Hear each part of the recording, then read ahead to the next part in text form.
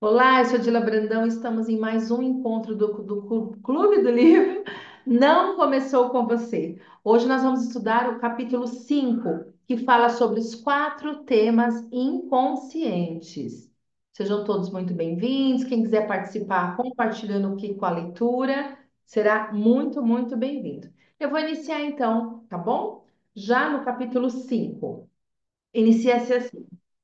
Os vínculos mais fortes são aqueles com as pessoas que nos deram a luz. Dificilmente importa quantos anos se passaram, quantas traições ocorreram, quanto sofrimento acometeu a família, permanecemos conectados mesmo contra a nossa vontade. Quem disse isso foi um escritor chamado Anthony Brandt. Quer herdemos as emoções dos nossos pais no útero, quer sejam transmitidas na relação inicial com a nossa mãe, quer sejam compartilhadas por meio de lealdade inconsciente ou das mudanças genéticas, é evidente que a vida nos reencaminha aspectos pendentes do passado. Iludimos-nos ao acreditar que podemos fazer nossas vidas se desenrolar exatamente como nós planejamos. Muitas vezes, nossas intenções conflitam com nossas ações. Desejamos saúde, mas comemos besteira em demasia. Ou encontramos desculpas para não fazer exercício físico. Ansiamos por um relacionamento amoroso, mas nos distanciamos assim que um parceiro em potencial se aproxima, perdão. Queremos uma carreira significativa, mas não damos os passos necessários para alcançá-la. A pior parte é aquilo que nos detém é imperceptível para nós, mantendo-nos frustrados e confusos. Buscamos respostas nos lugares de sempre. Focamos as falhas de nossa criação. Focamos nas falhas de nossa criação. Refletimos sobre as situações desagradáveis da nossa infância que nos fragilizaram. Culpamos os nossos pais por acontecimentos infelizes. Prescrutamos os mesmos pensamentos repetidas vezes. No entanto, recordar dessa maneira raramente melhora a circunstância. Sem a identificação da origem dos nossos problemas, as queixas apenas perpetuam nossa constante infelicidade. Nesse capítulo, conheceremos os quatro temas inconscientes que atrapalham o progresso da vida. Quatro maneiras pelas quais a saúde, o sucesso e os relacionamentos são prejudicados. Antes de avançar, vamos analisar como chegamos até aqui. E aí eu vou deixar com a Helenice para ler a parte do fluxo da vida. Só pula a parte do exercício, tá? O que tá quadriculado. Vamos deixar para o final. Fluxo da vida, Helenice. Vou pôr você em pin, tá bom? Porque fica fácil de Ok. todo mundo te acompanhar. O fluxo da vida. O caminho foi simples. Chegamos até aqui por meio de nossos pais. Como filhos, estamos conectados a um aspecto amplo que remonta ao passado, literalmente até o início da humanidade. Por meio de nossos pais, nos conectamos à própria corrente da vida, embora não sejamos a sua fonte. A centelha foi apenas passada para nós, transmitida biologicamente junto com a nossa história familiar. Também experimentamos como ela se mantém acesa em nosso interior. Essa centelha é a nossa força vital. Talvez você a sinta pulsando dentro de si agora, enquanto lê. Se já presenciou uma morte, você percebeu essa força diminuir, sentindo o exato instante em que ela deixou o corpo. Analogicamente, se já testemunhou o nascimento, pode reconhecê-la inundando o ambiente. Essa força vital não cessa com o nascimento. Ela continua a emanar de nossos pais, mesmo que nos sintamos desconectados deles. Tanto em minha prática clínica quanto em minha própria vida, Tenho observado que quando nossa conexão com nossos pais flui livremente, nos sentimos mais abertos para receber o que a vida nos traz. Quando essa conexão é prejudicada de alguma forma, a força vital disponível parece limitada. Podemos nos sentir bloqueados e retraídos, ou excluídos do fluxo da vida, como se, como se nadássemos contra a corrente. Como consequência, sofremos e não sabemos o motivo. No entanto, temos os recursos internos para a cura. Começaremos avaliando a conexão que sentimos com nossos pais nesse exato momento, independentemente de ainda estarem vivos ou não. Pode continuar, força Pode vital. continuar, né? A força vital que emana de nossos pais flui para nós livremente. Não precisamos fazer nada. Nossa única função é recebê-la. Visualize a força vital como o fio principal que fornece eletricidade à sua casa. Todos os outros fios que se ramificam nos vários ambientes dependem dele para obter energia. Não importa o quão bem feita seja a fiação de nossa casa, se a conexão com o fio principal for prejudicada, o fluxo será afetado. Agora veremos como esse fio principal pode ser comprometido pelos quatro temas inconscientes.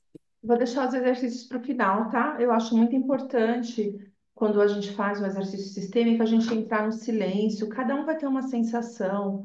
Às vezes a gente vai querer ficar quieto, às vezes a gente vai querer ficar pensativo. Então, se você está lendo o livro sozinho, eu entendo que dá para fazer o exercício na hora, na leitura do livro, porque você está ali sozinho, você para, reflete, sente, respira.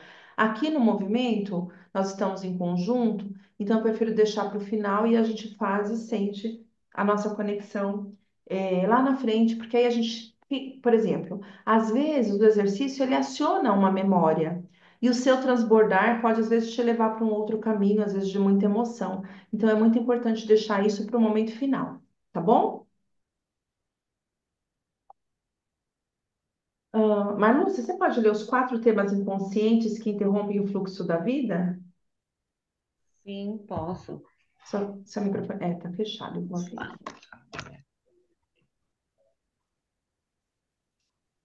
Os quatro temas inconscientes que interrompem o fluxo da vida. Estes temas são comuns a todos, mas seus efeitos são inconscientes. Um, nós nos fundimos com um de nossos pais. Nós rejeitamos um de nossos pais. Nós sofremos uma ruptura no vínculo inicial com nossa mãe. Nós nos identificamos com um membro do sistema familiar que não é um de nossos pais. Qualquer um desses temas pode atrapalhar a nossa capacidade de prosperidade, de prosperar e atingir as metas que estabelecemos. Eles podem limitar nossa vitalidade, nossa saúde e nosso sucesso. Estão presentes em nosso comportamento e em nossos relacionamentos e aparecem em nossas palavras. Os quatro temas são relacionais, no sentido de que descrevem aspectos de como nos relacionamos com nossos pais e com outros membros do nosso sistema familiar. Ao compreendê-los e saber onde procurá-los, é possível identificar quais estão vivos e nos impedindo de alcançar a plenitude de nossas experiências de vida. A desconexão materna ou paterna é subjacente a três dos quatro temas inconscientes, sendo o primeiro ponto a considerar quando estamos com dificuldades. Há outras interrupções na força vital que nos impedem de viver plenamente, mas nem sempre são inconscientes e nem sempre envolvem um de nossos pais ou outro membro do sistema familiar. Uma dessas interrupções ocorre quando sofremos um trauma pessoal. Mesmo que estejamos cientes de seus efeitos sobre nós, podemos ser incapazes de resolvê-lo. Outro tipo de interrupção ocorre quando nos sentimos culpados por uma ação ou por um crime. Talvez tenhamos tomado uma decisão que magoou alguém, terminado um relacionamento de forma cruel, pegado algo que não nos pertencia ou tirado uma vida de forma deliberada ou acidental. A culpa pode paralisar nossa força vital de inúmeras maneiras, e quando ela não é admitida ou resolvida, pode se estender aos filhos e até mesmo aos netos. Você lerá mais sobre essa questão nos capítulos seguintes. Primeiro, examinaremos as quatro interrupções que se relacionam diretamente com nossos pais ou com outro membro do sistema familiar. Você se fundiu com sentimentos, comportamentos, experiências de um dos seus progenitores? Reflita. Algum de seus progenitores teve dificuldades emocionais, físicas ou psicológicas? Você se magoou ao vê-los sofrer? Quis aliviar a dor deles? Você tentou? Defendeu um em detrimento do outro?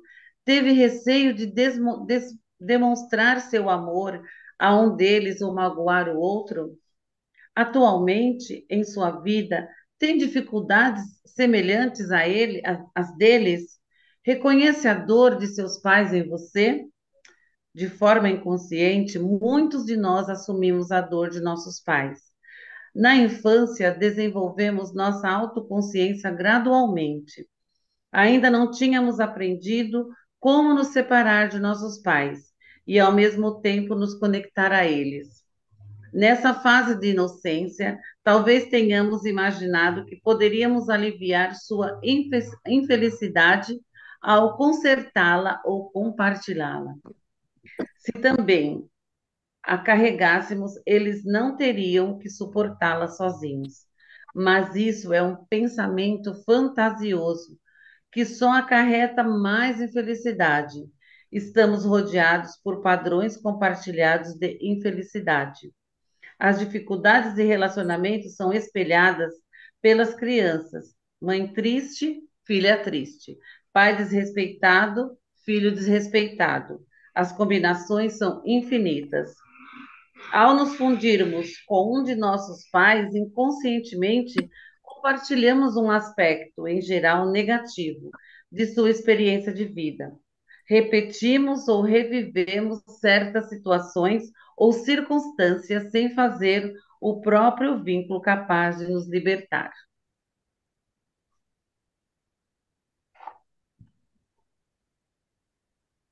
Não estamos ouvindo, Dila.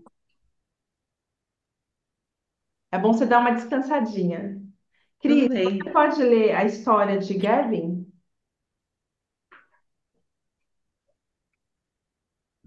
A história de Gavin. A história a seguir ilustra como essa dinâmica, geralmente velada, pode fomentar as dificuldades cuja resolução parece inviável. Aos 34 anos, Gavin tomou uma série de decisões financeiras precipitadas que custaram a ele e à sua família todas as suas economias. Na época, fora demitido de seu trabalho como gerente de projetos por não cumprir os prazos. Com uma esposa e duas crianças em casa, ele entrou em desespero. Em meio às dificuldades para pagar as contas e a tensão em seu casamento, Gavin foi acometido por uma depressão profunda. Quando ele era pequeno, seu pai, que por acaso também estava com seus 30 e poucos anos, apostou todas as economias da família nas pistas de corrida, acreditando ter informações privilegiadas sobre um determinado cavalo. Nesse ponto, a mãe de Gavin pegou as crianças e voltou para a casa dos pais. Depois disso, ele raramente viu o pai, a quem a mãe se referia como egoísta, apostador compulsivo e fracassado. Agora, aos 34 anos, embora não tivesse feito a conexão de forma consciente, Gavin repetia a experiência do pai como fracassado. Ele também desperdiçara as economias da família e agora enfrentava a possibilidade de perder a esposa e as filhas. Foi apenas em nossa sessão juntos que Gavin percebeu que estava revivendo o passado. Em razão do grande distanciamento paterno, ele não conseguia entender como suas vidas refletiam um padrão tão semelhante. Por não compartilhar uma conexão consciente com o pai, Gavin criou uma inconsciente, repetindo as falhas paternas. Ao compreender isso, ele decidiu reparar o relacionamento desfeito. Já, já fazia quase uma década que não se falavam. Ciente de sua própria resistência e do fato de que conhecia o pai principalmente por meio das histórias da mãe, Gavin procedeu com cautela, mas com a mente aberta. Em uma carta escrita à mão, contou que o pai era avô de duas meninas e que lamentava não ter entrado em contato antes. Gavin esperou 6 semanas, mas não obteve resposta. Temia que o pai tivesse morrido, ou pior, desistido dele. Confiando em um bom pressentimento, Gavin telefonou para o pai. Ficou feliz por ter ligado, pois, surpreendentemente, ele não havia recebido a carta. Durante a Fica com conversa, Deus. Tchau. Durante a conversa, ambos se acanharam, atrapalhando-se com as palavras e emoções enquanto tentavam estabelecer uma conexão. Após alguns telefonemas tensos, sentimentos genuínos começavam a surgir. Gavin conseguiu dizer que sentia muita falta do pai. Ele ouviu, segurando o choro. Disse ao filho quão doloroso foi perder a família e que não havia passado um dia sem que sentisse pesar e tristeza. O pai sugeriu que se encontrassem pessoalmente. Gavin concordou. Em poucas semanas, a depressão que o acometera começou a se atenuar. Com o pai de volta em sua vida, ele começou a estabilizar a situação em casa, restaurando a confiança perdida da esposa e fortalecendo o laço com as filhas. Era como se tivesse encontrado uma chave que nunca soube que estava perdida. Gavin agora podia destrancar o cofre que guardava o bem mais essencial de sua vida, a conexão familiar. Os pais jamais gostariam de ver o filho sofrendo por eles. Além de contrariar a ordem da vida, é presunçoso e exagerado pensar que nós, ainda criança, estamos mais bem preparados para lidar com o sofrimento deles. Nossos pais nasceram antes de nós. São eles quem devem propiciar nossa sobrevivência. Na infância, não somos capazes de fazer o mesmo. Quando uma criança assume o fardo de um pai, de forma consciente ou inconsciente, ela é privada da experiência de receber cuidado e pode ter dificuldade em aceitá-lo em relacionamentos posteriores. Muitas vezes, uma criança que cuida de um dos pais cria um padrão vitalício de generalização excessiva e estabelece um blueprint para o sentimento habitual de extenuação. Ao tentar compartilhar ou carregar o fardo parental, damos continuidade ao sofrimento familiar e bloqueamos o fluxo de força vital que está disponível para nós e para as gerações seguintes. Mesmo ao cuidar de pais doentes ou idosos, oferecendo o que não podem fazer por si mesmos, é importante preservar e respeitar a integridade da relação entre pais e filhos, em vez de diminuir a dignidade parental. Obrigada, Cris. Fiz poucos comentários hoje, tá? Porque o capítulo é extenso, como eu disse, né? Mas acho que está bem claro para nós, por enquanto, até o momento, né? Então, Denise, você pode ler? Você já julgou, já culpou, página 70. Você já julgou, culpou, rejeitou ou afastou um dos seus progenitores? Se realmente desejamos apreciar a vida, sentir alegria, ter relacionamentos profundos e satisfatórios, garantir uma saúde de ferro e aproveitar todo o nosso potencial, sem o sentimento de fragmentação interna, precisamos restaurar a relação desfeita com nossos pais. Além de terem nos concedido a vida e consistirem em uma parte inexorável de nossa essência, eles são a porta de entrada para as forças latentes e criativas, assim como para os desafios, que também fazem parte do nosso legado ancestral.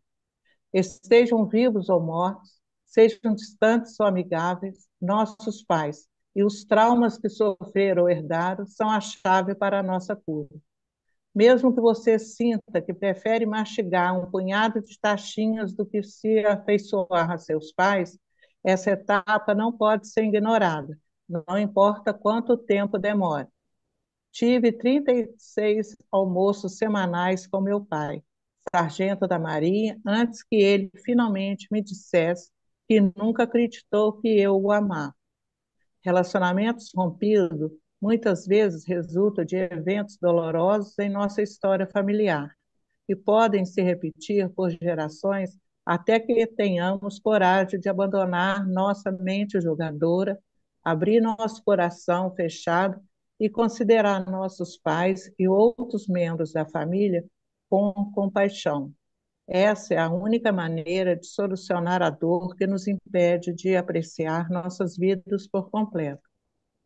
Ainda que, a princípio, fazemos esse movimento em um nível interno, é importante encontrar um lugar interior em que possamos nos acalmar e não ceder à irritação ao pensar em nossos pais. É provável que essa abordagem contrarie o que aprendemos. Grande parte da psicoterapia convencional se concentra em culpar os pais como a causa principal do sofrimento.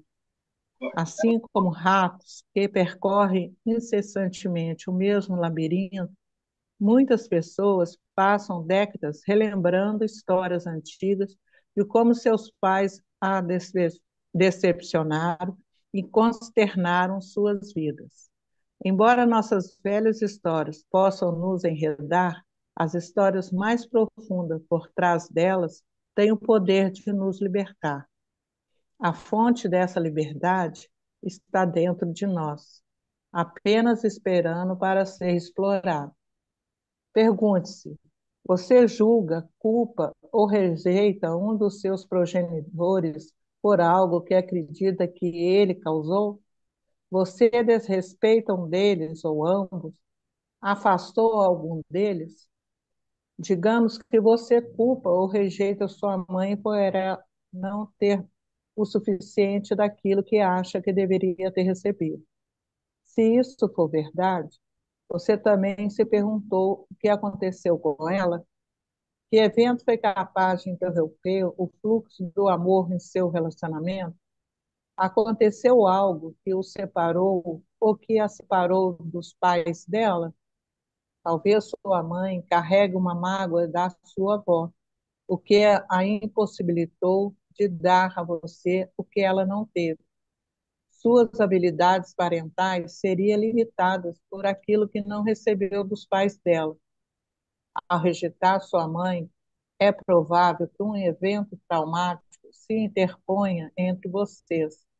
Talvez tenha perdido um filho antes do seu nascimento, entregando uma criança para adoção, ou sofrido com a morte de seu primeiro amor em um acidente de carro, o homem com quem planejou se casar. Talvez o pai tenha morrido quando ela era jovem, ou seu querido irmão fora morto ao descer do ônibus. As ondas de choque de tal evento a afetariam, mas o acontecimento real não se relacionaria a você diretamente. Pelo contrário, o trauma comprometeria o foco e a atenção de sua mãe, não importa o quão grande fosse o amor dela por você.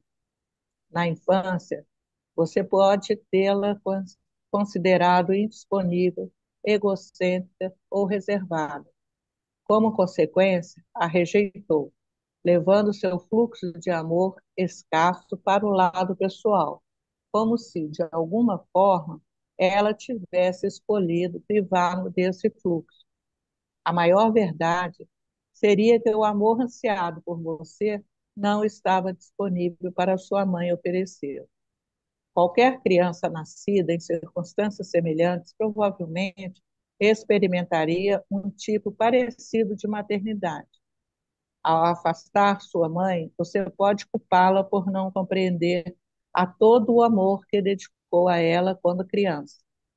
Talvez sua mãe estivesse deprimida e chorasse muito, e você tenha tentado alegrá-la com seu amor. Talvez tenha cuidado dela e procurado amenizar sua dor. Certo dia, você pode ter percebido que todos os seus esforços foram em vão, que seu amor não poderia fazê-las se sentir melhor. Portanto, se distanciou e culpou por não lhe dar o necessário, quando, na verdade, sentiu-se invisível por todo o amor concedido, ou desalentado pela falta de reciprocidade. Afastar-se talvez fosse a única opção que você conhecia. Essa escolha pode fazê-lo se sentir livre no início, mas é a falsa liberdade de uma defesa da infância que acabará limitando sua experiência de vida. Talvez você culpe ou julgue um dos seus pais pelas brigas do casal que os forçaram a tomar partido. É comum que uma criança seja abertamente leal a um, mas secretamente leal a outro. Ela pode formar um vínculo oculto com um pai rejeitado ou difamado, adotando ou imitando o que é julgado como negativo nesse pai. Analisemos de novo as emoções, as características e os comportamentos que rejeitamos em nossos pais provavelmente continuarão existindo em nós. É a nossa maneira inconsciente de amá-los, uma forma de trazê-los de volta à nossa vida. Constatamos como, de modo inconsciente, esse padrão estava presente na vida de Kevin. Ao rejeitar nossos pais, somos incapazes de enxergar a semelhança que temos com eles. Renegamos esses comportamentos e muitas vezes o projetamos nas pessoas à nossa volta. Por outro lado, podemos atrair amigos, parceiros íntimos ou de negócio que manifestam os mesmos comportamentos rejeitados, o que nos dá inúmera oportunidade de reconhecer e curar a dinâmica. Em um nível físico, a rejeição de nossos pais pode se manifestar como uma dor, uma tensão ou um torpor. Nossos corpos sentirão um certo grau de desassossego até que o pai rejeitado seja sentido de forma amorosa. Nem sequer precisamos saber o histórico familiar exato para entender que desencadeou a rejeição. Obviamente, aconteceu algo que impediu vocês dois de serem próximos. Talvez sua mãe tenha se sentido desconectada da mãe dela quando criança, perdido um irmão ou sido abandonada por seu grande amor. Pode ser que ela não revele sua história e você nunca descubra. Mesmo assim, curar seu relacionamento com sua mãe o ajudará a se sentir mais completo. É evidente que algo aconteceu. Isso é tudo que você precisa saber. E esse algo foi responsável por bloquear o seu coração ou o dela, ou ambos. Seu trabalho é se reconectar com o amor natural que sentia por sua mãe quando criança. Dessa forma, você pode liberar o fardo que carrega e que, na verdade, pertence a ela. A cura de nosso relacionamento parental geralmente começa com uma imagem interior.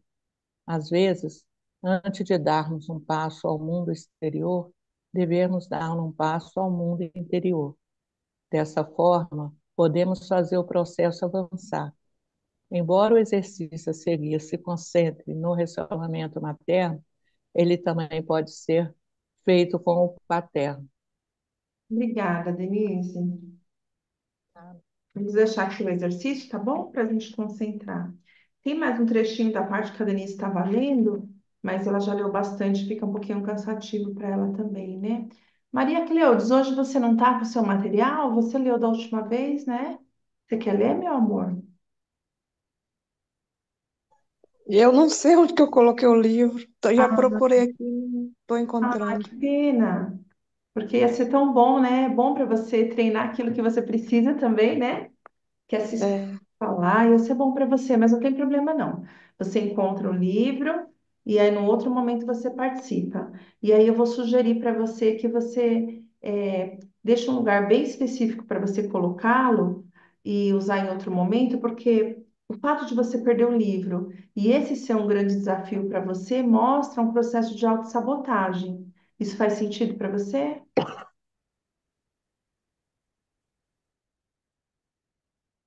Você me ouviu, Maria Cleides? Está fechado o seu microfone. Oi, eu não ouvi a última parte. Assim, esse campo já mostra a sua dificuldade de ver. Procura deixar da próxima vez o livro no local, sempre no mesmo local. Você lê e guarda no mesmo local. Porque eu sei, você já expressou aqui para nós, que a importância de você conseguir falar e se expor, até mesmo aqui no nosso encontro. E o fato de você não saber onde está o livro, perder o livro, isso mostra um grau alto de autossabotagem. É como se você quer sair, quer fazer e inconscientemente não quer fazer. Tudo bem? Por medo, é claro, né? Não conscientemente. Então, deixa de sugestão você, quando encontrar o livro, defina um lugar para ele, leia e coloque sempre no mesmo lugar, para que você não ocorra de novo nesse processo de autossabotagem. Você leu lindamente da outra vez e eu sei que isso faz bem para você. Tudo bem, meu amor? Então, tudo bem, Se você quiser dar uma procuradinha, pode ir. Mas antes disso, respira, solta o ar, movimenta o abdômen, deixa seu corpo movimentar e sente se aquilo que eu falei para você faz sentido e é verdade para você, tudo bem? tudo bem. Pode procurar que eu acho que você vai encontrar. Vamos lá, então vamos, Marlúcia, de novo. Ou eu, né? Deixa eu ler esse pedacinho, Marlúcia, a gente segue a sequência, tá bom? Então, nós estamos na página 74, tá? Ter um relacionamento próximo. Opa, deixa eu colocar aqui o PIN, porque na hora que vocês vão reler, que você, quem vai ver, fica mais fácil de localizar. Ter um relacionamento próximo como os nossos pais não apenas aumenta o conforto e o apoio que sentimos na vida, mas também se relaciona com uma boa saúde. Um estudo longitudinal de 35 anos, conduzido pela Universidade de Harvard, encontrou evidências convincentes de que a qualidade do relacionamento parental pode posteriormente afetar a saúde. Não é só em Harvard, né? Vocês veem que eu compartilho muito material do Gabor Maté, que eu sigo, eu sempre compartilho com vocês. Até compartilhei, acho que hoje, que ele fala muito do trauma, e ele é um médico, né? E eu estou, assim, gente, encantada com o Pedro. O Pedro, não sei quem segue ele, deixa eu pegar aqui o movimento dele. O Pedro é um médico e é o namorado da Sandy, então ele tá muito famoso porque ele parece muito o Cauã Raymond. Quem já seguiu ele? Não, eu sigo ele não por esse motivo, eu sigo ele porque eu tive a alegria de constelar médicas que trabalham no mesmo escritório que ele, Pedro. Vou só pegar o nome para vocês verem, mas quando acabar o grupo aqui eu compartilho o que eu vou falar agora, tá? Pedro Sobral. Não, perdão, não é não. Pedro, deixa eu achar aí. Pedro Andrade. Pedro Andrade. Quando acabar aqui o nosso encontro, eu vou compartilhar um post que eu vi dele hoje de manhã e eu fiquei impressionada, né? E já constelei já participei de constelação com duas médicas que trabalham com ele. Ele é muito aberto e ele estuda, assim, parecido com o Gabor Maté, o efeito do trauma na saúde e na vida. E hoje, esse material que ele falou, que ele disse hoje, que é o que eu vou compartilhar com vocês assim que acabar, ele também pesquisa sobre a importância de encontrar o seu o seu sentido da vida, é o que você veio fazer aqui, aquilo que você faz e que o que isso também afeta no nosso corpo físico e na nossa saúde. E assim, eu quero só fazer um parênteses aqui, porque eu atendo muitas pessoas e vejo vocês falando aqui nos encontros, pessoas às vezes que têm sonhos que não conseguem pôr para frente, frustrados, não conseguem viver a sua missão de vida. Isso também afeta na saúde. Quando acabar aqui, eu compartilho o vídeo. Quem puder dar uma olhadinha, o vídeo é curtinho. Quem puder seguir o Pedro, ele é um médico brasileiro, aqui da Zona Sul de São Paulo, né? Como eu já disse, eu tenho contato com as médicas que trabalham com ele. Eu tinha certeza, Maria. Desculpa, gente. Maria Cleudes achou o livro. Eu tinha certeza. Porque eu trouxe para a consciência a autossabotagem. Você entendeu, meu amor? Você vai ser a próxima a ler, tá? O caso da Maria Cleudes, que aconteceu, cortando o assunto completamente. Peraí, deixa eu terminar um, aí eu entro no outro.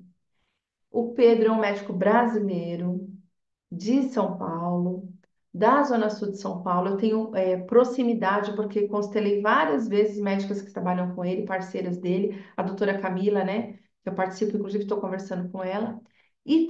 Assim, a gente pode colocar. Eu sei que tem outros médicos que seguem essa linha do que a gente está estudando aqui, né? Outros médicos brasileiros. Mas eu vejo no Pedro um grande potencial dele se tornar o nosso Gabor Maté do Brasil, né? Um grande médico que olha para o ser humano de um ponto de vista muito mais ampliado. Então, vou deixar aí para quem seguir, daqui a pouquinho eu compartilho. Com relação a Maria Cleudes, eu tinha certeza que ela ia encontrar um livro, porque eu peguei a ferida, peguei aquilo que é difícil para ela, esconder, né?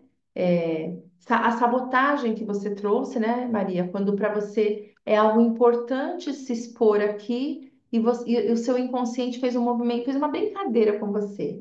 Ah, vai fazer isso não, é tão mais confortável ficar aqui quietinha com a câmera fechada. E aí, quando eu trago, Maria Cleudes, para a consciência o nível de autossabotagem que você tá, e é todos que estão juntos aqui também, pode ouvir isso. Eu tinha certeza, o comando que ela ia encontrar o livro que eu disse para ela quando eu falei. Falei da tua autossabotagem e falei, procura o livro que você vai achar.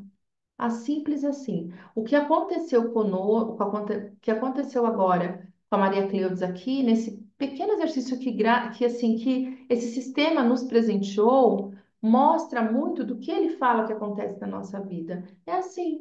Nós também somos como Maria Cleudes, que muitas vezes perdemos os livros que queremos, que muitas vezes deixamos para lá as pessoas que amamos, que muitas vezes negligenciamos algo que vai fazer bem para nós, porque é muito mais fácil a gente ficar se vitimizando. Então, quando a gente traz para a consciência, a gente abre uma porta nova. Clareza. Tudo bem? Fez sentido para você, Maria Cleudes? Fez sentido para Sim. vocês? Coloquem para mim aí.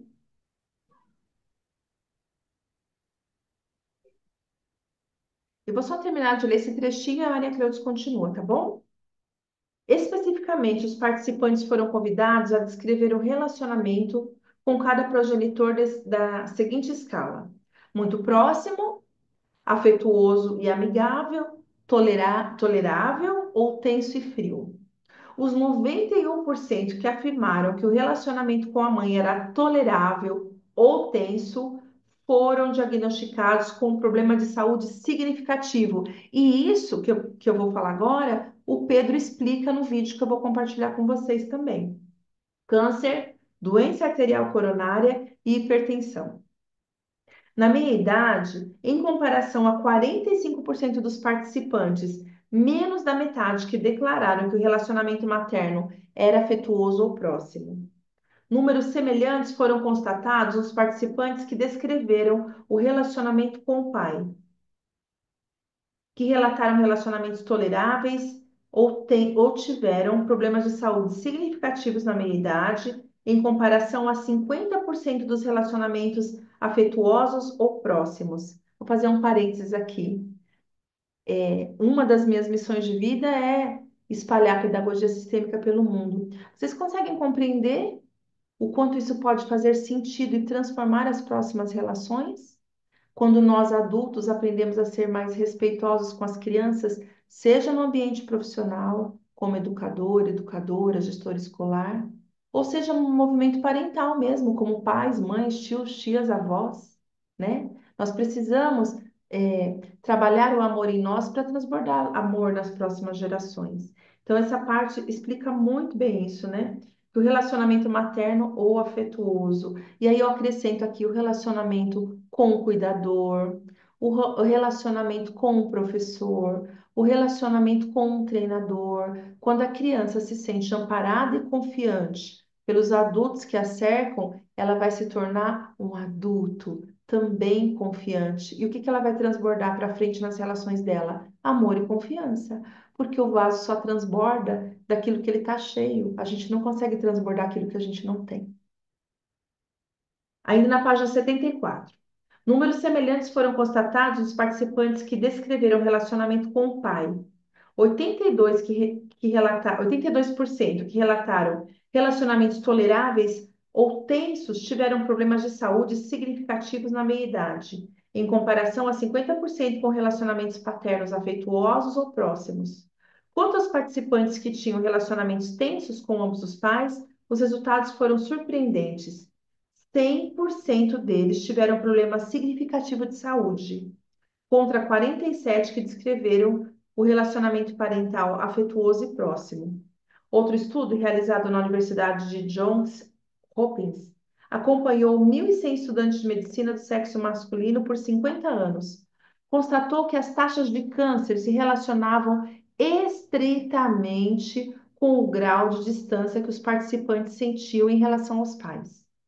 Além da possibilidade de o relacionamento difícil com os pais afetar a saúde física, o relacionamento inicial com a mãe, em particular, pode servir de modelo para a construção de relações posteriores. A história a seguir demonstra como sentimentos maternos não resolvidos podem ser projetados em nosso parceiro. Aí eu vou deixar para Maria Cleudes ler a história de Trícia. É só um parênteses para vocês, a gente costuma dizer assim na sistêmica, e eu sempre falo, né? Aquilo que nós não conseguimos na relação com a nossa mãe, nós vamos buscar ao longo da nossa existência em todos os outros relacionamentos, numa tentativa frustrada de preencher um vazio que é nosso. Então, se isso fez sentido para você, respira profundamente, solta o ar, né? Percebe o quanto disso é verdade em você. E sim, nós que temos relacionamentos frustrados com a nossa mãe, vamos sim nos frustrar nas amizades, vamos sim nos frustrar no ambiente profissional também, vamos também nos frustrar nos relacionamentos conjugais, porque a gente está buscando no outro algo muito interno que faltou em nós. E em outro lugar nenhum nós vamos encontrar, a não ser nos braços dela. Para mim também é desafiador, tá? A minha relação também não foi amorosa e amigável. Então, toda vez que eu transbordo e falo isso para vocês, eu também estou falando para mim. Maria Cleusa, você pode ler a história de Trícia? A história de Trícia. Os relacionamentos de Trícia durava pouco, não passando de 1 ou 2 anos, e ela estava prestes a deixar seu atual parceiro. Ele é intensível, reclamou. Nunca está presente quando preciso. Sem saber, Trícia descreveu sua mãe de maneira semelhante. Ela é distante e emocionalmente indisponível. Nunca pude recorrer ao seu apoio. Minha mãe nunca me amou como eu precisava. A rejeição à mãe era a causa dos seus fracassos de relacionamento. As pendências maternas ressurgiram inconscientemente com os parceiros, corroendo, corre- corroendo o vínculo compartilhado e a intimidade desejada. Trícia não conseguia identificar nenhum evento específico que explicasse sua rejeição materna. No entanto, em nosso trabalho conjunto, ela revelou que, muitas vezes, a mãe descrevia sua própria mãe como egoísta e emocionalmente indisponível. A história era assim: a avó de Trícia, quando era apenas uma criança, foi morar com uma tia após a morte da sua mãe. Com frequência, sentia-se estranha na nova família e permaneceu ressentida pela maior parte de sua vida. Trícia finalmente entendeu a origem da falta de afeto materno. Pela primeira vez, ela percebeu que também repetia um padrão familiar de filhas que não recebia o que precisava de suas mães. Esse padrão reze- reverberava na história da família por pelo menos 3 gerações. Com uma compreensão mais profunda dos eventos três, por trás da distância materna, Trícia relatou ter sentido compaixão pela mãe. Ao se re- reconciliar, os efeitos no relacionamento com seu parceiro foram imediatos.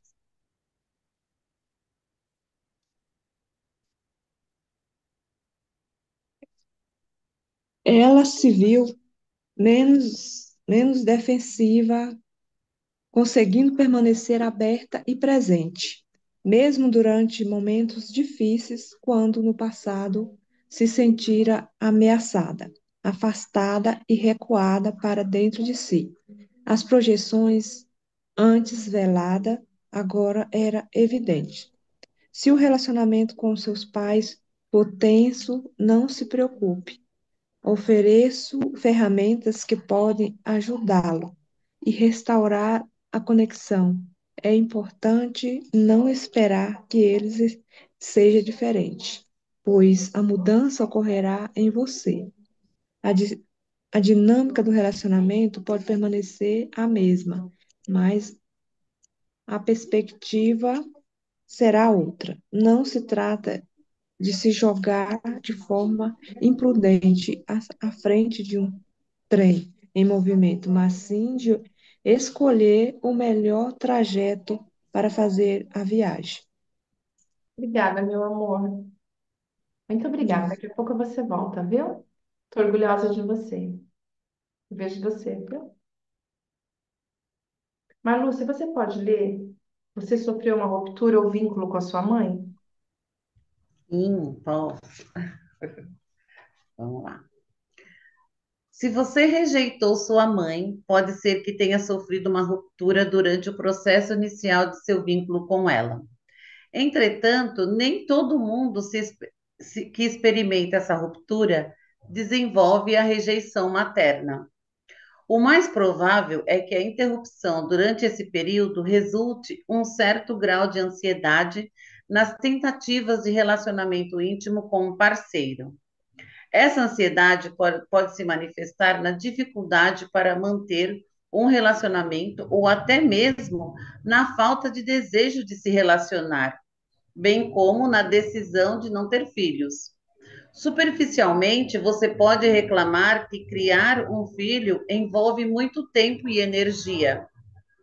Em um nível mais profundo, pode se sentir despreparado para fornecer a uma criança o que você mesmo não teve.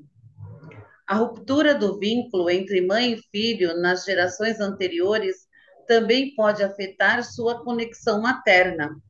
Sua mãe ou avó interromperam o vínculo com a mãe delas.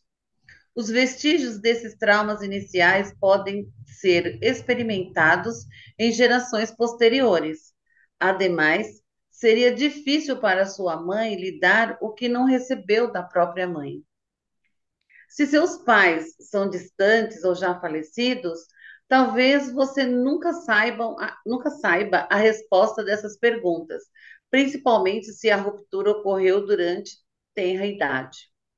Em geral, as rupturas precoces podem ser difíceis de discernir, pois o cérebro está despreparado para recuperar as experiências dos primeiros anos de vida.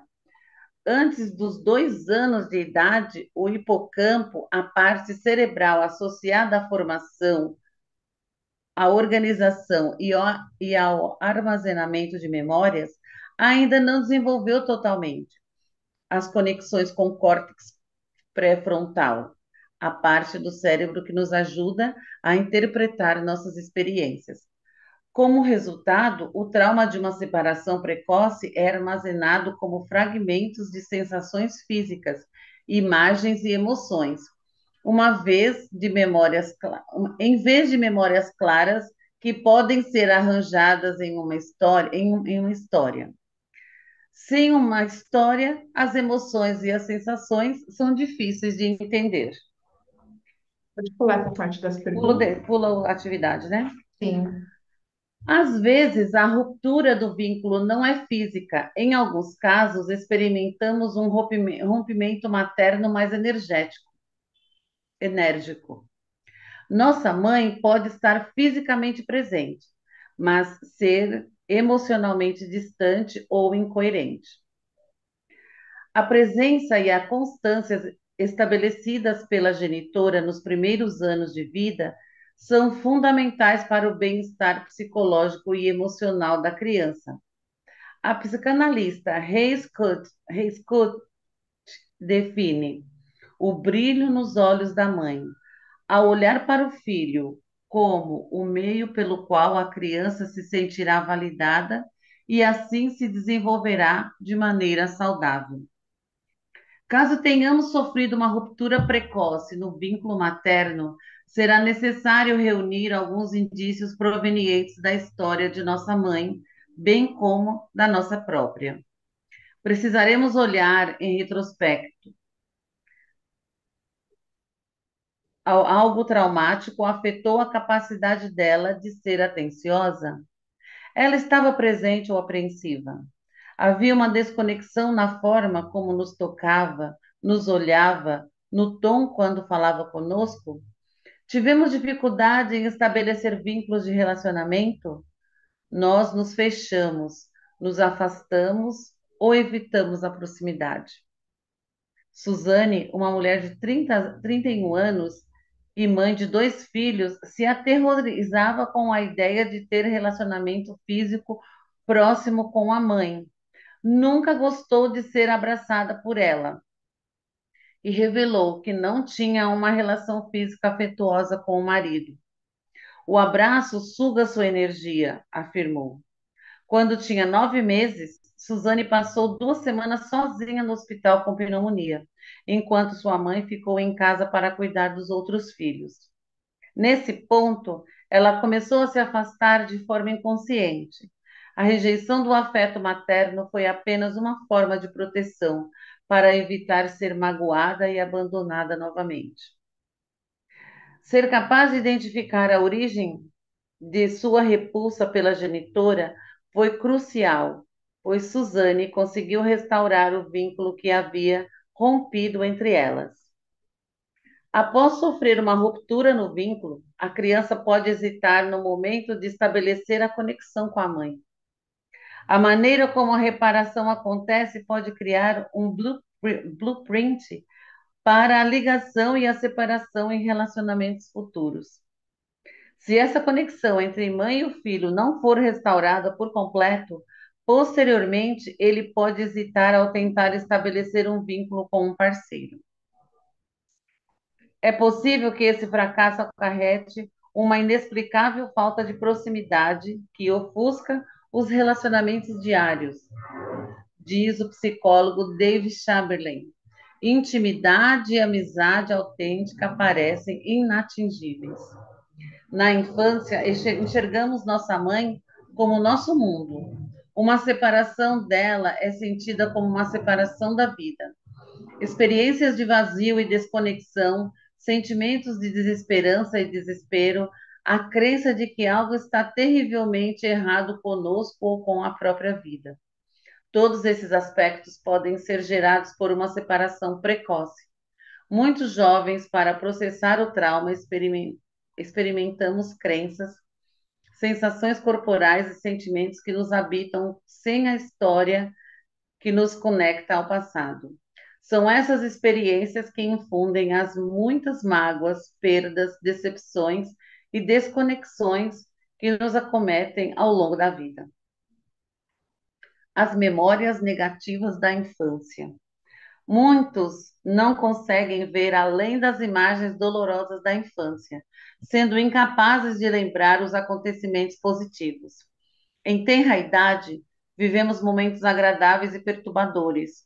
No entanto, as memórias reconfortantes de sermos acalentados por nossa mãe enquanto ela nos alimentava, nos limpava ou nos fazia dormir. Muitas vezes são impedidas de vir à tona. Em vez disso, parecemos considerar apenas as lembranças dolorosas de não conseguir o que queríamos, de não receber amor suficiente. Há razões para isso. Quando na infância sentimos nossa segurança sendo ameaçada, nossos corpos reagem erguendo barreiras de proteção. Essas defesas inconscientes se tornam um padrão orientando nossa atenção para o que é difícil ou perturbador, em vez de registrar o que é reconfortante. É como se nossas memórias positivas permanecessem do outro lado de uma parede inalcançáveis. Capazes de resistir em apenas um lado da parede, realmente acreditamos que nada de bom nos aconteceu. É como se reescrevêssemos a história, guardando apenas as memórias que sustentam nossa estrutura defensiva primitiva. Defesas que estão conosco há tanto tempo que se integraram à nossa essência. Sob a barreira inconsciente que erguemos, existe um profundo desejo de ser amados por nossos pais. No entanto, muitos de nós não conseguem mais acessar esses sentimentos, pois, se lembrássemos os momentos de amor e ternura compartilhados com nossos pais, nos sentiríamos vulneráveis e correríamos o risco de sofrer mágoas novamente. Portanto, as próprias memórias que poderiam nos proporcionar a cura são aquelas que bloqueamos inconscientemente. Os biólogos revolucionistas corroboram essa premissa. Eles descrevem como nossa amígdala usa cerca de 2/3 de seus neurônios procurando por ameaças. Como resultado, os eventos dolorosos e assustadores são armazenados mais facilmente em nossa memória de longo prazo do que os agradáveis. Os cientistas chamam esse mecanismo padrão de viés da negatividade, o que faz todo sentido. Nossa própria sobrevivência depende da capacidade de prevenir ataques em potencial.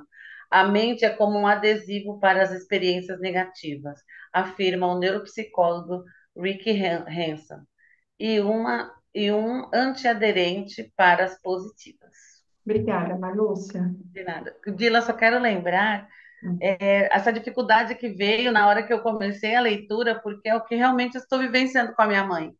A minha mãe, ela meio que foi rejeitada, né? E automaticamente ela não também, ela meio que rejeitou um pouco a gente, essa rejeição inconsciente. Então veio já, já sou a segunda geração. E eu tô querendo mudar esse padrão. E aí, quando veio essa leitura, você viu que deu uma engasgada, estava meio sem sentido. Eu percebi que Teve uma algumas vezes, né, você tem uma leitura tão fluida. fluida e ela pessoalmente engasgou. Então, assim como aconteceu com a Maria Cleudes, que ela teve aí um ato inconsciente, com você também, né? Que Sim, consciência se requer de ti aqui, né? Para te mostrar exatamente. sobre isso. Posso te dar uma orientação ou uma sugestão? Pois não, ó, você viu que a orientação, o avião passando, né? Você não precisa dizer eu quero, eu preciso mudar isso, né? Como você falou. Não lembro qual foi a palavra que você usou. Você pode dar um comando agora. Então você diga, eu escolho reformular essa história. Ou eu escolho ressignificar essa história. Porque as questões da nossa vida, às vezes o quero parece que é algo que está tão longe. O escolher é assim, eu tenho isso ou isso. Eu escolho esse. E eu Sim, tomo, gratidão. tá? Gratidão. Mas teve momentos que parecia que eu nem estava aqui. Eu Parece percebi, percebi se eu, assim, eu vou conhecendo vocês à medida que a gente vai convivendo aqui, né? E eu percebi, sim, de uma leitura fluida veio uma tensão em alguns momentos. Então, que se requer de ti, né? Respira, faz a releitura desse trecho depois, no momento sozinho, sozinha. uhum, Se vier emoção, você pode trabalhar com a sua respiração. Se for necessário, Eu estou falando para ela, gente, mas serve para todo mundo, né? Se for necessário entrar num processo de entrar num movimento fetal, sabe? Deitar na cama, encolher os braços, encolher as pernas, se encolher todinho ou abraçar um travesseiro, todos esses movimentos fazem parte dos movimentos de que o nosso corpo e a nossa alma estão falando conosco, tá? Então, deixa aí para você ou hoje, ou em outro momento que você sentir, volta, respira, se prepara, né? Se conecta com você mesma, faz a leitura e deixa que emerja. Pode ser que venha choro, sensação de Uhum. medo, frio, necessidade de se encolher. Tudo isso faz. O que que ele fala lá para nós? Deixa eu pôr aqui no fim para vocês me verem melhor. O que que ele fala lá para nós? Que aquilo que nós não conseguimos elaborar ou que nós não conseguimos estruturar racionalmente, elaborar dentro de nós, especialmente quando vem na infância, antes dos 2 anos de idade, que nós não estamos prontos para armazenar essas informações, ficam registradas fragmentos em nós, não é isso que ele fala?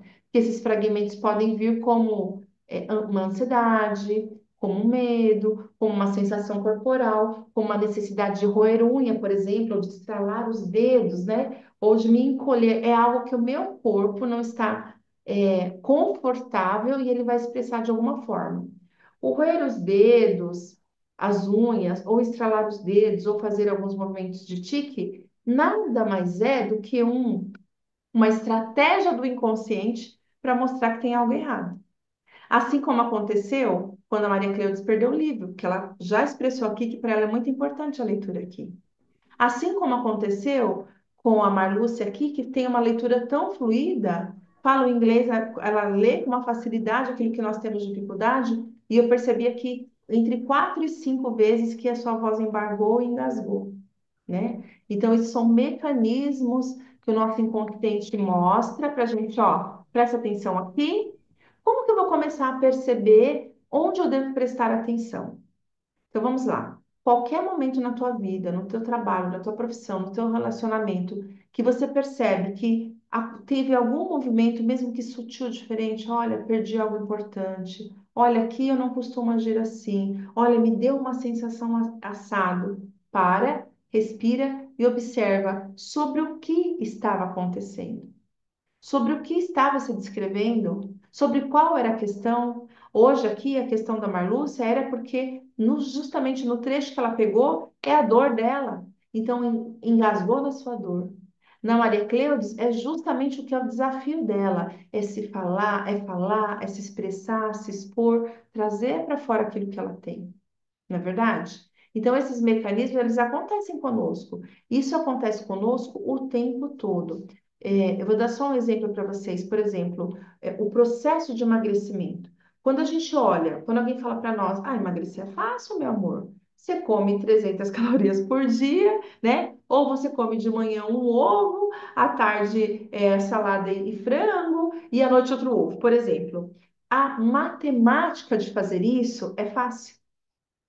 Não é algo tão desafiador. A matemática é simples, mas os mecanismos que nós trazemos dentro de nós para manter aquilo que é confortável para nós, embora a gente sinta dor. Não, mas eu queria ser melhor. Mas em algum momento nosso corpo, a nossa alma entendeu que aquilo ali é confortável, eu me protejo de algo. Então esses mecanismos vão acontecendo.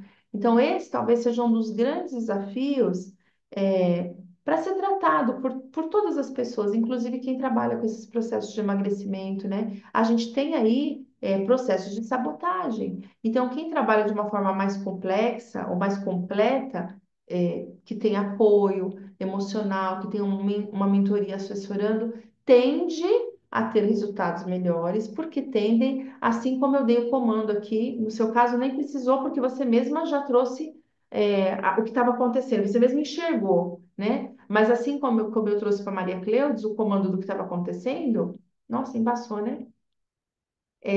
A gente precisa também, às vezes, de alguém trazendo esse comando para nós.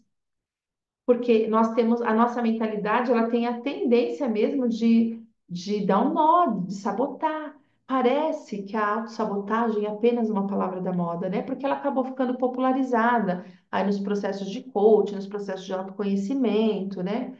Nos processos da constelação também. mas ela não é. Ela é tão real que nós vimos aqui hoje dois casos claros, evidentes, que nós todos que estamos aqui presentes podemos compartilhar. Na verdade, faz sentido para vocês? Então vamos lá, meus amores.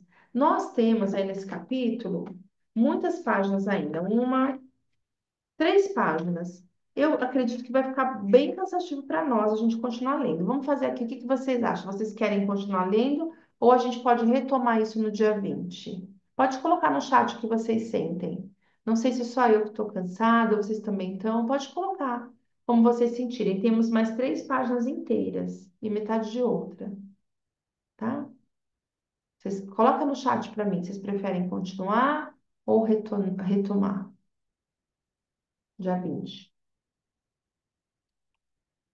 Eita, mas vocês gostam mesmo dessa leitura, hein? Misericórdia, nossa senhora. Meu Deus, tô cansada, mas parece viciante esse livro. Ele é incrível, né, Paula? Continuar, tudo bem, tudo bem. Vocês estão, eu acho que sou eu que tô cansada, gente. Isso, então tudo bem, vamos continuar. Então a gente vai prosseguir, e como eu tô mais cansada, eu vou compartilhando mais com vocês. Pode ser assim? Eu vou deixar quem tem o livro. Mas alguém tem o livro, gente? Então é melhor você descansar. Não, a gente pode continuar um pouquinho mais. Só vou fazer menos intervenções. Vocês percebem, né? Quando eu estou menos descansada, eu faço com mais ênfase as intervenções, né? Mas não tá tudo certo. Mas alguém tem o livro, mesmo que seja em PDF, quem quiser tiver o livro em PDF pode participar da leitura, não há problemas, tá bom? Eu só peço para não compartilhar lá no grupo. Porque a gente acaba, às vezes, criando também um movimento de muito cômodo, né? Para o outro. Então, quem tem pode ler, só não compartilha no grupo, tá bom? Vamos lá, tava com a Marlúcia. Vamos então. Ah, a Sofia chegou agora. Você não leu, né, Sofia? Nem um pedacinho, né? Vamos ler, então? Você consegue ler da onde a Marlúcia parou? E Marlúcia, grifa aí, risca o seu lápis, com o seu Ah, canetinho. já Põe no grifei. post-it, porque você precisa retomar isso aí. Tudo Sim, bem? sim, tudo bem. É o número 4, né? Agora. Isso, isso. Isso. Aham.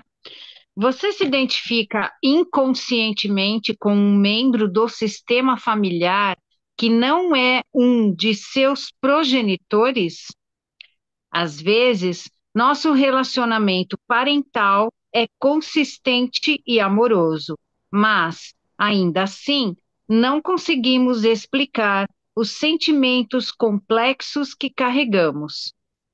Costumamos presumir que o problema se origina dentro de nós e que só encontraremos sua fonte se procurarmos fundo o suficiente. Até descobrirmos o verdadeiro evento desencadeante na história de nossa família, podemos reviver medos e sentimentos que não nos pertencem, fragmentos inconscientes de um trauma, supondo que são nossos. A história de Todd. Todd tinha 9 anos quando começou a perfurar o sofá com uma caneta. No mesmo ano, agrediu um vizinho com um pedaço de madeira, resultando em um corte que exigiu 40 pontos. Passou os anos seguintes recebendo medicamentos e tratamento psicológico, mas os comportamentos agressivos continuaram. A peça que faltava no quebra-cabeça apareceu quando o pai de Todd, Earl, me contou sobre o próprio pai a quem odiava. O avô de Todd era violento. Não apenas batia nos filhos, mas também esfaqueou um homem até a morte em uma briga de bar. Ele nunca foi indiciado e ficou livre para viver como quisesse, mas não seus descendentes. Todd, seu neto, se tornara o incauto receptor de sentimentos violentos que não eram seus. Compartilhava uma conexão inconsciente com o avô, que permanecia oculta se o pai não tivesse investigado o passado da família. Em nossa sessão, Earl revelou que seu avô também matara um homem e que, na geração anterior, seu bisavô foi morto, junto com vários familiares, por um barão de terras das redondezas e seus aliados. O padrão estava começando a fazer sentido. Earl percebeu que seu pai era apenas uma peça da engrenagem de violência familiar. Com a perspectiva ampliada, talvez pela primeira vez na vida, Earl sentiu compaixão pelo pai. Afirmou que gostaria que ele ainda estivesse vivo para que pudessem conversar sobre a história da família. Earl foi para casa e compartilhou o que sabia com Todd, que ouviu com atenção. De forma intuitiva, ambos sabiam que algo na narração e no recebimento finalmente cessaria. Essa percepção se mostrou verdadeira.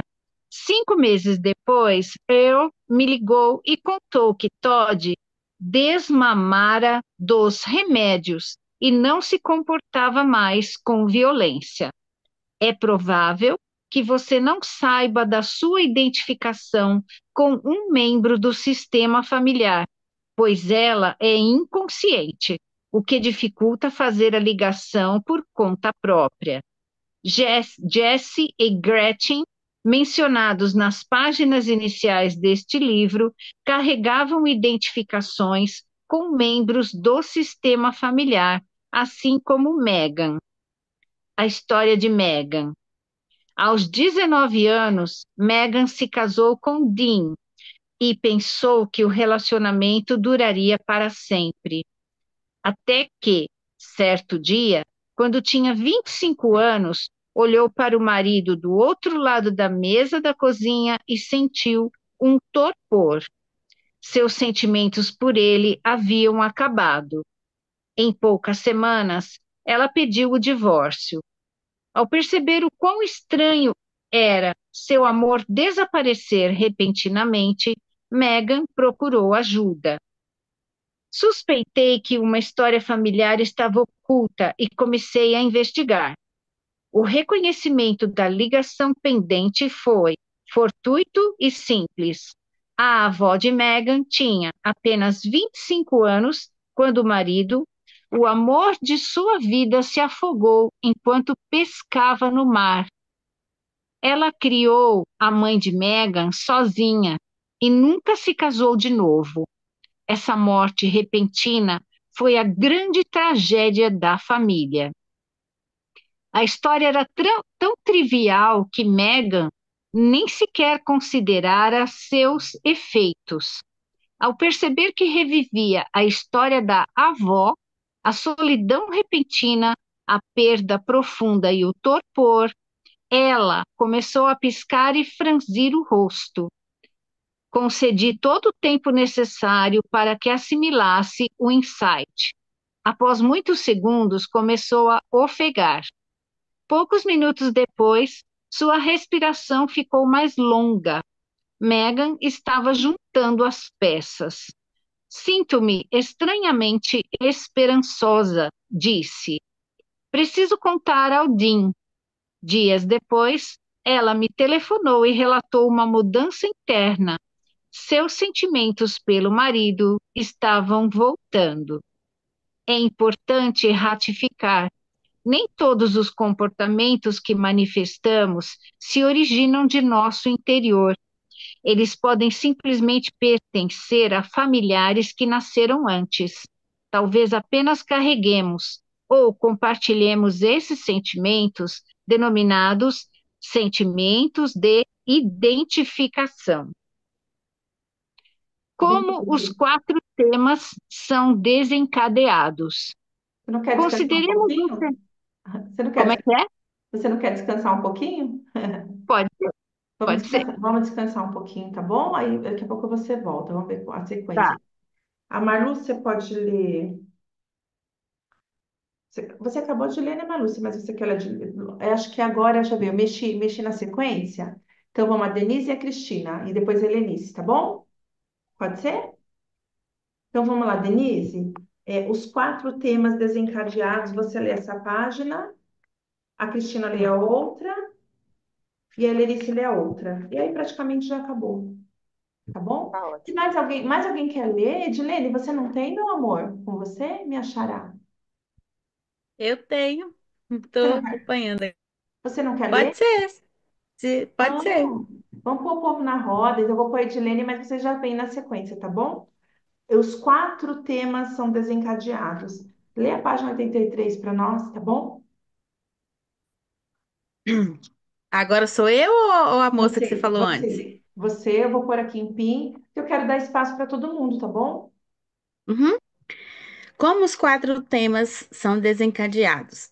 Consideremos um cenário hipotético. Primeiro, uma tragédia ocorre. O irmão mais velho de uma criança de 2 anos morre repentinamente, deixando os pais enlutados e um irmão novo demais para entender o que aconteceu. É algo doloroso de se imaginar, mas para uma criança, o ocorrido pode ativar um ou mais dos quatro temas. Por exemplo, a criança pode rejeitar um dos progenitores. Durante o luto, um dos pais pode perder a vontade de viver. Talvez um deles comece a beber para amenizar a dor ou passar mais tempo longe de casa. Talvez estar junto apenas intensifique o luto intolerável. Talvez a mãe ou o pai se culpe por acreditar ter contribuído para a morte do filho. Ou, no fundo, culpe o outro. Acusações como você não encontrou o médico certo ou você deveria ter cuidado dele com mais atenção podem ser veladas sem nunca se manifestarem. Em todo caso, a criança sentiria essas emoções crescentes. As fúrias, as autoincriminações, as desconexões, como se o mundo tivesse desmoronado ou desaparecido de repente. Em resposta, na tentativa de se proteger, a criança pode se afastar ou blindar seu corpo dos sentimentos avassaladores. Aos 2 anos de idade, ela se entenderia Aos 2 anos de idade, ela não entenderia a gravidade da tragédia. A perda da atenção parental seria confusa, talvez até mesmo ameaçadora. Mais tarde, a criança pode culpar o pai ou a mãe pela dor ou pelo distanciamento que sentiu, sem levar em conta o que aconteceu e como deve ter sido o sofrimento alheio. A criança pode sofrer uma ruptura no vínculo com a mãe. O impacto da morte do primogênito pode despedaçar o coração materno. Desolada e desesperada, talvez a mãe se feche por semanas ou meses em seu luto, fragmentando o vínculo terno e vigoroso que compartilha com o filho de 2 anos. Além de romper o vínculo experimentado, até então, um acontecimento como esse interromperia o importante desenvolvimento neural no corpo e no cérebro da criança. Nessa idade, ela não entenderia a gravidade da tragédia que afetou a atenção materna, apenas sentiria que que a dedicação antes recebida cessou. Só um minutinho, Substâncias. Edilene, Uhum. só um segundinho. Esse trechinho que você leu aqui, ó. Além de romper o vínculo experimentado até então, o acontecimento, como esse, interromperia o importante desenvolvimento neural no corpo e no cérebro da criança. Então, quem for educador, educadora, ou mãe, né? Ou tem aí alguma criança pesquisando ainda sobre um transtorno, uma dificuldade de aprendizagem, aqui traz para a gente um outro olhar. Por isso que a educação sistêmica ela amplia muito o nosso olhar, né? Esse conhecimento a gente não tinha quando a gente estudou sobre educação. Isso aqui é tudo muito novo. Mas olha só, um acontecimento como esse interromperia um importante desenvolvimento neural no corpo e no cérebro da criança. Portanto, com todo esse novo entendimento, a gente pode olhar para a criança, para o seu comportamento e para as dificuldades de aprendizagem de um outro ponto de vista. Foi uma pergunta que me fizeram hoje lá no grupo e eu respondi brevemente sobre a pedagogia sistêmica. O que é a pedagogia sistêmica? É isso. É esse olhar que nós estamos tendo sobre o ser humano aqui, mas aplicado ao contexto educativo. Então, a maneira como eu abordo uma criança com dificuldade de aprendizagem talvez seja mais amorosa, tentando compreender o que ela está passando, se ela está passando algo, não é se intrometer na vida da criança, mas compreender que assim como nós fomos afetados por diversos momentos da nossa vida, uma criança em processo de aprendizagem também vai ser afetada. E isso vai influenciar diretamente no desenvolvimento da aprendizagem da criança. A gente costuma dizer assim, que a criança, quando está movimentando por amor aos pais, né? Ou seja, está vivendo algo do sistema familiar, ela não está disponível para aprendizado. Para a criança estar disponível para aprender algo novo, tudo precisa estar muito tranquilo para ela. E se ela está na dor do pai, da mãe, ou se ela trouxe um grande trauma, às vezes que aconteceu lá na gestação, né? A gente chama de movimento intrauterino, trauma intrauterino, uma dor que afetou, como ele diz aqui, ó, afetou um importante desenvolvimento neural no cérebro ou no corpo da criança, é óbvio que na idade escolar essa criança vai apresentar o quê? Dificuldade de aprendizagem ou transtorno de aprendizagem. Tudo bem? Fez sentido para vocês? Dê-me um joinha, eu coloco aqui se fez sentido para vocês. Então, o nosso olhar agora para as crianças, para os adolescentes e para nós mesmos precisa ser ampliado. Até mesmo as nossas dificuldades, as nossas limitações que a gente se coloca também. Tudo bem? Pode continuar, Edilene.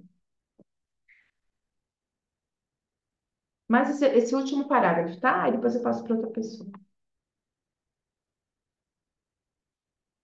Opa, tá fechado seu microfone, meu amor. Abre. Eu, hein? Faz muito sentido, porque é isso aqui com a minha história, sabe? Substâncias químicas destinadas a acautelar a criança disparariam em seu corpo, mantendo-a em alerta. Ela poderia, então, desconfiar da mãe, temendo suas atitudes incoerentes, com o receio de que desaparecesse novamente a qualquer momento. Obrigada, meu amor. Você me achará, viu? Meu nome é Edilene. Você já me É, segue, não? Já me segue há um tempinho? já, já sigo você. Você já Aqui me... faz muito sentido com a minha história. Minha avó materna perdeu a mãezinha dela com 12 anos. E aí, quando eu conheci a constelação, pude entender que eu estava tendo esse útero, né, lá, sementinha. Então, eu tenho umas questões que veio desse movimento. E também uma irmãzinha que nasceu nesse parto e depois também foi embora. Não, o incrível aqui, né? Que até os trechos que eu vou sentindo para quem lê faz sentido. Às vezes eu tento Pois seguir é. uma ordem, aí eu sigo o meu coração, aí eu altero a ordem. Vai explicar, né? Coisas desse campo. É, Vamos lá, deixa eu ver quem quer ler agora. A Denise lê essa página 84 e depois a Cristina já lê a página 85. Tudo bem? A gente está já Tudo. explicando. Gente, eu amei vocês lendo. Vocês perceberam que eu aqui, ó, nossa senhora, foi bom, viu? Vou colocar aqui a Denise no fim e depois, quando acabar essa página, a Cristina já continua, tá bom? A criança pode se fundir com a dor da mãe ou do pai. Com a morte do irmão mais velho, a criança pode sentir o peso da dor parental como se fosse sua. Os efeitos em cascata do luto podem desestabilizar a família inteira. Em uma tentativa cega de aliviar a dor alheia, ela pode tentar carregar a depressão materna ou a tristeza paterna como se tivesse algum poder mágico para extingui-la. É como se a criança dissesse para a mãe ou para o pai: Se eu carregar sua dor, você melhorará. A tentativa, é claro, não teria sucesso, apenas prolongaria o luto para a próxima geração. O filho que compartilha a dor dos pais geralmente o faz de forma inconsciente, a partir de uma fantasia cega de que pode salvá-los. Instintivamente leal, o filho costuma reproduzir as tristezas dos pais e reviver seus infortúnios. Esses laços de lealdade, como Hellinger os denomina, pode se manter por várias gerações, tornando o legado familiar uma herança de infelicidade. Deixa eu A falar uma criança coisa para pode se vocês. Só um minutinho, Denise, você falou do Hellinger, eu lembrei. Hoje, gente, faz 5 anos que o Bert deixou essa existência. Ele. Outro dia eu falei, eu não sei se eu confundi na hora de eu falar, eu não percebi. Ele nasce em setembro e falece em dezembro. Hoje, 16 de dezembro de 2019, foi 2019 quando isso aconteceu, o Bert Hellinger deixou a nossa existência. E aqui, embora ele não cita, né, ele cita brevemente o Bert Hellinger, mas o Bert foi o grande propagador de todo esse movimento que a gente tem visto, porque o que acontece na constelação familiar sistêmica é quase inexplicável para muitas pessoas, né? E aí, por conta disso, foi se buscar apoio científico sobre isso. E aí, apareceu tantas pessoas tão boas como o Mark aqui, né? Estudando sobre isso. Então, assim, nosso movimento aí de nosso coração, nossa honra para o Bert Hellinger, graças a ele, nós estamos aqui, também a ele, todos os outros que junto com ele estudaram sobre isso, entendendo um pouco mais sobre quem somos e as nossas histórias, né? Pode concluir, meu amor. A criança pode se identificar com o irmão falecido. Quando um filho morre, a tristeza acomete toda a família. As intoleráveis ondas de dor bloqueiam as expressões de vivacidade e felicidade. A criança pode até evitar o assunto perto dos pais enlutados para não chateá-los ainda mais. Para afastar a dor e a insensatez da morte, os familiares podem tentar não pensar no filho falecido e até se recusar a pronunciar seu nome. Desta forma, ele é excluído, criando um terreno fértil para o enraizamento de uma identificação. Helling explica que uma criança posterior no sistema, mesmo uma da geração seguinte, pode manifestar o que a família suprimiu, ou seja, ela pode se sentir deprimida ou desiludida, separada de sua existência aparentemente inexistente, semelhante à forma como a família considera o irmão falecido. A criança pode sentir que é ignorada, invisível ou irrelevante. Pode até começar a assumir traços do irmão falecido, expressando facetas de seu gênero, sua personalidade, sua doença ou seu trauma. Ao se identificar de forma inconsciente com ele, a criança pode diminuir seu entusiasmo e limitar a expressão de sua força vital. É como se, em uma empatia silenciosa, ela se afirmasse: já que você não pode viver, eu não viverei plenamente. Certa vez, trabalhei com uma mulher nascida menos de um ano após o irmão Natimor, que nem sequer recebeu um nome ou um lugar na família. Os pais reconheciam apenas duas filhas, ela e sua irmã mais nova. E a minha cliente alegava ter apenas uma irmã, porém sofria com a sensação de não pertencimento. Sinto-me uma estranha nessa família, afirmou, e como se eu não tivesse um lugar. Embora não houvesse como comprovar sua veracidade, parecia que carregava a experiência de exclusão do irmão mais velho. Depois de trabalharmos juntos, ela relatou que a sensação se dissipara. Denise, já tá bom, tá, Identificação meu amor? Já tá bom. Vamos está deixar ótimo. aqui a Cristina concluir. Obrigada, viu? Tá. E você pode concluir até Identificação, o final, tá? tá. Identificações como essas podem alterar significativamente o curso da nossa vida. Desprevenidos e inconscientes, revivemos aspectos de traumas familiares com consequências alarmantes. Essas experiências não são incomuns. Sem saber, muito de nós temos empatia por parentes que sofreram traumas difíceis. Quando o sofrimento nos confunde, precisamos nos perguntar: de quem são realmente os sentimentos que estou vivendo? As 4 ferramentas do mapa da linguagem central. Não saber a origem do trauma consiste em um dos maiores obstáculos para solucioná-lo. Sem um contexto para compreender nossos sentimentos, muitas vezes não identificamos os próximos passos.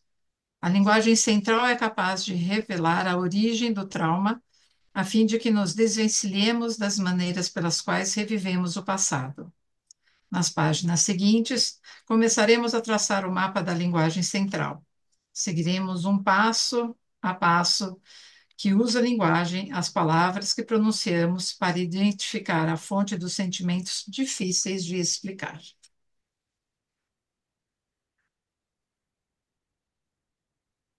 Continua? Sim. A elaboração do mapa da linguagem central tem 4 etapas. Em cada uma delas será concedida uma ferramenta destinada a extrair novas informações.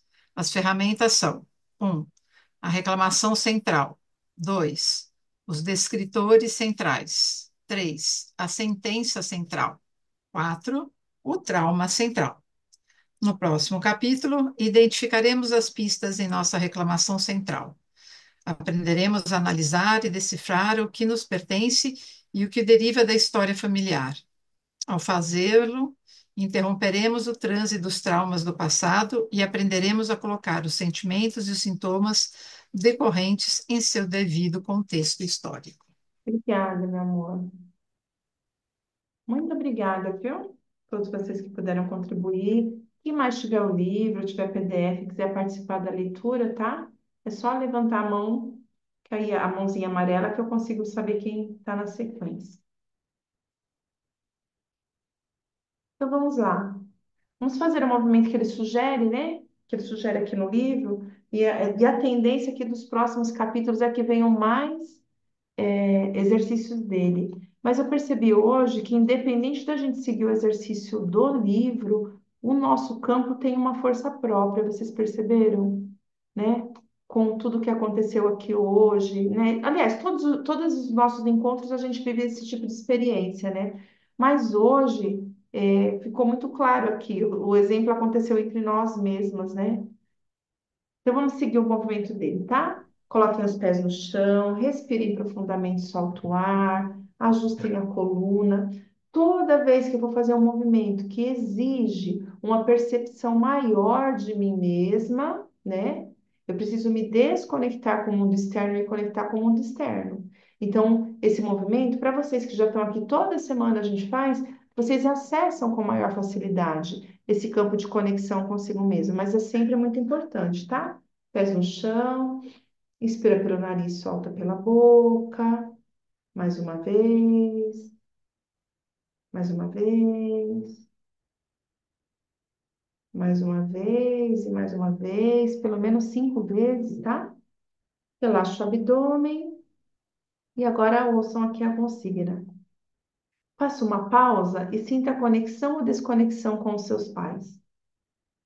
Não importa qual história entre vocês, apenas sinta a relação e como ela afeta seu corpo fisicamente. Então, com o seu corpo aí, você pode manter os olhos fechados ou abertos, do jeito que se sentir leve, inspirando, soltando o ar, relaxando o abdômen.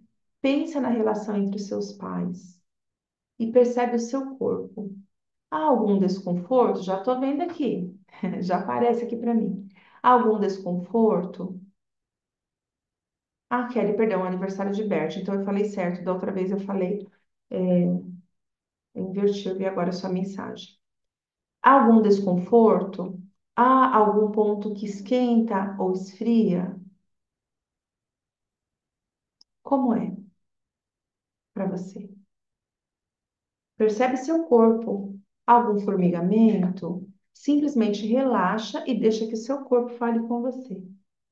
Agora visualize seus pais biológicos parados na sua frente.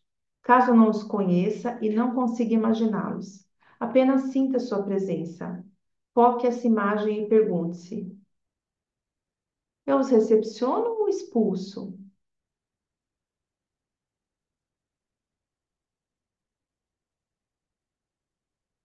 Sinto que eles me recepcionam?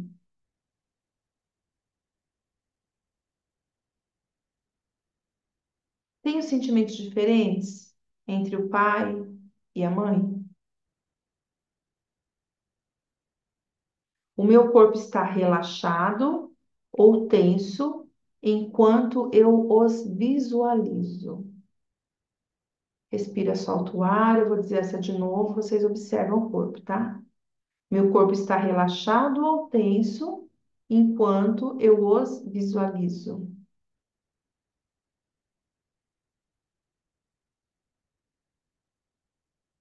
Se uma força vital fluísse deles para mim, quanto dela me alcançaria? 5, 25%, 50%, 75% ou 100%? Se uma força vital fluísse, eu olho os meus pais na minha frente. Para mim, quanto isso ia me alcançar? Respire e sente. Quanto dessa força vital você é capaz de receber dos seus pais? Inspira, solta o ar, relaxa. Estou percebendo algumas pessoas demonstrando tensão. Relaxa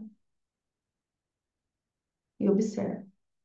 Quanto dessa energia vital você consegue receber deles? Coloca aí na tua mente um número: 50, 70, 100%. Determina quanto.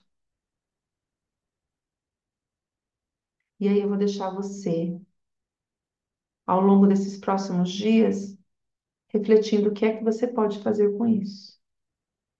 Inspira profundamente, solta o ar, relaxa. 3, 2, 1. Podem ir voltando aqui para o nosso estado presente, para o nosso encontro. E o número que você sentiu pode colocar no chat, tá bom? Se vocês quiserem. Kelly, muito obrigada, meu amor. No outro encontro eu falei da morte do Bert em setembro. Eu realmente ouvi agora. Eu já disse para vocês hoje que eu estou muito cansada. Eu sei que vocês estão percebendo isso em mim, né? Isso mesmo. Que bom, muito bom. Vocês estão percebendo isso em mim. Então, até eu também tive aí atos falhos, né, Marlúcia, hoje. Estou muito cansada agora, com dificuldade de falar, com dificuldades aqui de associar as datas. Tá tudo certo. Eu entendo que nós estamos aqui, um movimento sem julgamento, né? Mas eu quis fazer essa homenagem ao Bert, né? Na semana passada eu falei mesmo que era em setembro a morte dele, e assim, eu me confundi na hora de falar agora, ok? E eu apertei um botão aqui que eu não sei o que que foi. Vocês estão me ouvindo, né? Tá rodando, rodando, rodando. Tudo bem, eu quero agradecer vocês, dizer muito obrigada a todos vocês. Saiu aqui as mensagens de vocês, sim. Que bom que a maioria, olha, 25%, Sofia. Qual que é a pergunta que eu vou deixar para vocês aqui? Helenice, Marlúcia, 85, bom. Que eu vou deixar para vocês aqui sentirem muito sono, né? O sono é aquilo que eu tenho dificuldade de organizar, de elaborar. É só cansaço, viu, Lenice? Eles colocou melhoras para mim, mas é só cansaço mesmo, gente. Final de ano na escola, hoje eu recebi supervisão, e é muito, estou muito cansada mesmo. Eu sei que vocês estão percebendo isso em mim, mas eu amo estar aqui com vocês. Eu também sei que vocês sabem disso, né? Depois que eu descobri que vocês podem ler, eu posso jogar minha cadeira aqui para trás, ó. Os próximos encontros eu só vou ficar aqui na frente da minha vez da leitura. Depois eu vou jogar a cadeira para trás. Eu adorei, viu? Quero agradecer a todos vocês, dizer que vocês que têm aí algo para ajustar ainda com os pais, né? Aproveita esse tempo que a gente está, esse final de ano, época de festa, independente dos pais estarem vivos ou não, a nossa conexão com eles não se esgota, né? Façam aí os seus profundos, pressão final é grande, é verdade, Kelly.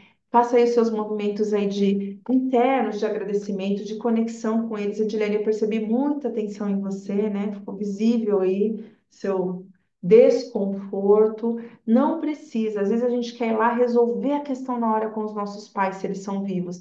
Não há necessidade disso, tá? Os movimentos de alma chegam de qualquer forma. Então, internamente, você pode falar, fazer o seu movimento, né? Faz um movimento sincero e profundo. Volta lá na posição fetal, abraça o travesseiro, né? Faça um movimento de se colocar mesmo pequeno diante deles na tua mente, porque isso vai te ajudar a que essa relação fique mais leve. Se eles forem vivos, quando você encontrar, você vai sentir essa leveza. Se eles não forem, você sente essa leveza em você. Tudo bem? Então, o que fica para hoje? Que consciência se requer de mim aqui? O que que eu faço com isso que eu descobri agora? Eu trabalho sobre isso. Com persistência, constância e consciência. Não é eu fazendo um movimento uma vez que a minha vida vai mudar. Às vezes acontece. Acontece.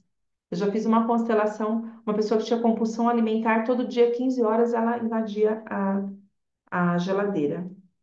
E aí, no dia da constelação, foi de manhã, ela falou, hoje eu não invadi a geladeira. Aí eu perguntava, e o dia seguinte? Também não, também não, também não. E mudou para sempre. Mas às vezes não é necessário, às vezes não acontece de uma hora para outra. Tá bom? Ô, Tássia, gratidão, meu amor. Vamos tirar uma foto? Mesmo eu com essa cara de estrupiada. Kelly, entendi. Cuidando das duas. Mesmo eu com essa cara de estrupiada, vamos tirar uma foto, gente? Eu sei que eu tô com uma cara de ontem. Olha, Ana, que legal, abriu. Bom demais estar com vocês. E hoje, vocês não sabem o que aconteceu. Eu estava tão cansada que eu esqueci de colocar o link e nos outros grupos que eu coloco.